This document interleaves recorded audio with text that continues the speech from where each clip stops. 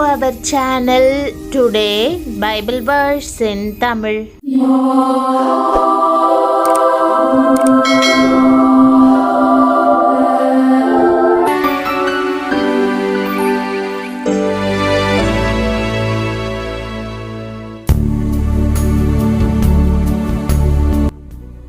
இன்றைய வசனம் 2 தெசலோனிக்கேயர் 3 அதிகாரம் 5 வசனம். கிறிஸ்துவுக்குள் பிரியமானவர்களே, நம்முடைய ஆண்டவரும் இரட்சகருமான இயேசு கிறிஸ்துவின் வல்லமையுள்ள நாமத்தில் உங்களை வாழ்த்துகிறேன். தேவனின் பயிற்சி வகுப்பில் எது தோல்வியாகிறது? கிறிஸ்துவின் நீடிய பொறுமையின் வாயிலாக ஸ்திரமாகும்படி அவர் நம்மை பயிற்றுவிக்கிறார். இன்றைய தினம் தேவ ஆசீர்வாதங்களுக்கான நாளாகும்.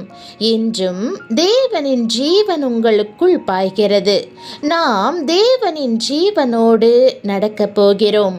இயேசுவின் வார்த்தைகளிலிருந்து அந்த ஜீவன் வருகிறது. தேவனுடைய இரக்கங்கள் காலைதோறும் புதியவையாயிருக்கிறது போல இன்று அவர் உங்களை, கர்த்தர் உங்கள் இருதயங்களை தேவனை பற்றும் அன்புக்கும் கிறிஸ்துவின் பொறுமைக்கும் நேராய் நடத்துவாராக என்ற வாக்குத்தத்தத்தின்படி ஆசிர்வதிப்பார். இன்று உங்களுக்குள் வந்துள்ள தேவ அன்பினால் வாழ்க்கை பயணத்தில் பொறுமையோடு ஓடும்படி அவர் செய்வார். இயேசு சிலுவையை நோக்கிய தம் பயணத்தில் எவ்வளவு பொறுமையோடு இருந்தார் என்பது நமக்கு தெரியும். மரணத்தை கடந்து செல்ல வேண்டும் என்று அவர் அறிந்திருந்தாலும் மனுஷீக உருவில் இருப்பவருக்கு மரணத்தை விருப்பத்தோடு ஏற்றுக்கொள்வது எளிதல்ல.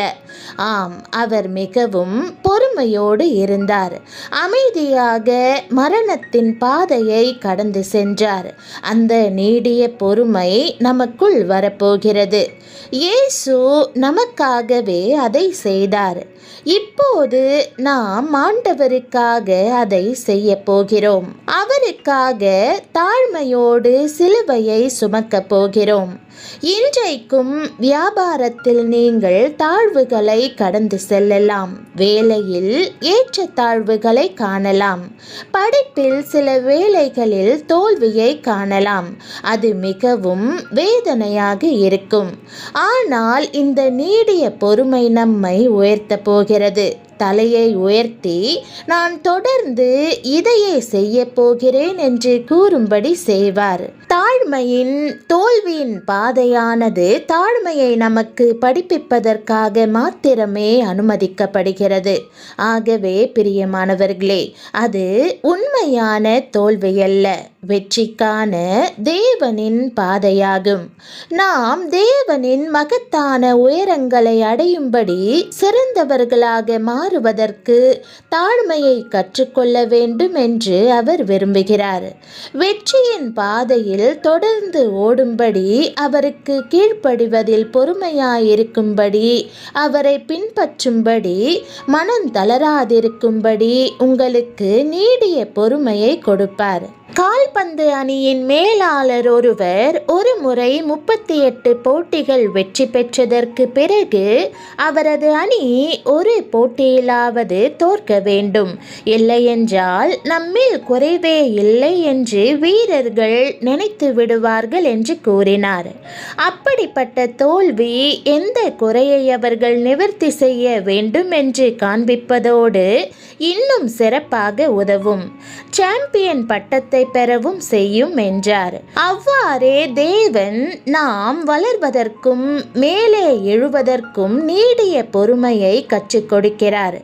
இன்றைய வசனத்தின் மூலம் இன்றைக்கு தேவ அன்பு, கிறிஸ்துவின் பொறுமை ஆகிய பக்திக்குரிய 2 தகுதிகளை நீங்கள் ஆண்டவரிடமிருந்து பெற்றுக்கொள்கிறீர்கள்.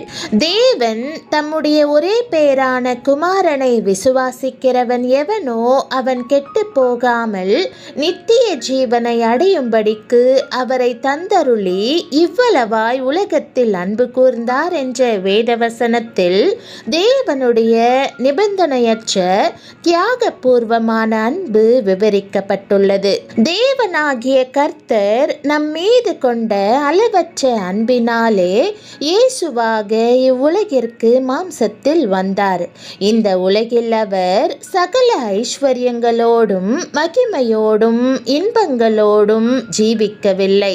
மாறாக எளிய குடும்பத்தில் வறுமை, இடுக்கண், உபத்திரவங்களுக்குள் வந்தார். ஆம், நம்முடைய சூழ்நிலைகள் எல்லாவற்றிலும் அவர் நம்மை புரிந்து கொண்டுள்ளார் என்று காண்பித்து அவரது அன்பை விளங்க பண்ணும்படி உங்களுக்காகவும் எனக்காகவும் இந்த உலகத்தின் இடுக்கண்ணை அனுபவிக்க வந்தார். நாம் சேவிக்கும் தேவன் எவ்வளவு அன்பானவர்! இதுவே தேவனுடைய பரிபூரண அன்பு. தேவனுடைய இந்த தெய்வீக அன்பினால் நீங்கள் இன்றைக்கு நிரப்பப்படுவீர்கள். மற்றவர்கள் மீது அன்பு கூறுவதினாலும் தியாகமாய் சேவை செய்வதினாலும் நீங்கள் அநேகருக்கு ஆசீர்வாதமாக விளங்குவீர்கள். இரண்டாவதாக, கிறிஸ்துவின் பொறுமை என்று கூறப்பட்டுள்ளது. இது ஆண்டவர் இயேசு சிலுவை பாதையிலும் காட்டிய மேலான பொறுமையை குறிக்கிறது. ஆம், இயேசு மரண பரியந்தம் பிதாவுக்கு கீழ்ப்படிந்தார். இவ்வுலகிற்கு மீட்பையும் நம்பிக்கையையும் கொண்டு வரும்படி எல்லா வேதனையையும் உபத்திரவத்தையும் பொறுத்து கொண்டார். இந்த பக்திக்குரிய பொறுமை உங்களுக்குள்ளும் வருகிறது. நீங்கள் இருக்கும் சூழ்நிலையிலிருந்து வெளியேறுவதற்கான வழியாக ஆண்டவரே இருப்பதால் மிகுந்த கடினமான பாதையிலும் முழு இருதயத்தோடும் ஆண்டவருக்கு கீழ்ப்படிந்து வழிகளிலெல்லாம் அவரை நம்புவதற்கு இயலும். நீங்கள் ஆசீர்வாதமாக திகழ்வதற்கு வாக்குதத்தம் செய்யப்பட்ட இந்த 2 ஆசீர்வாதங்களையும் பெற்றுக்கொள்வீர்களாக.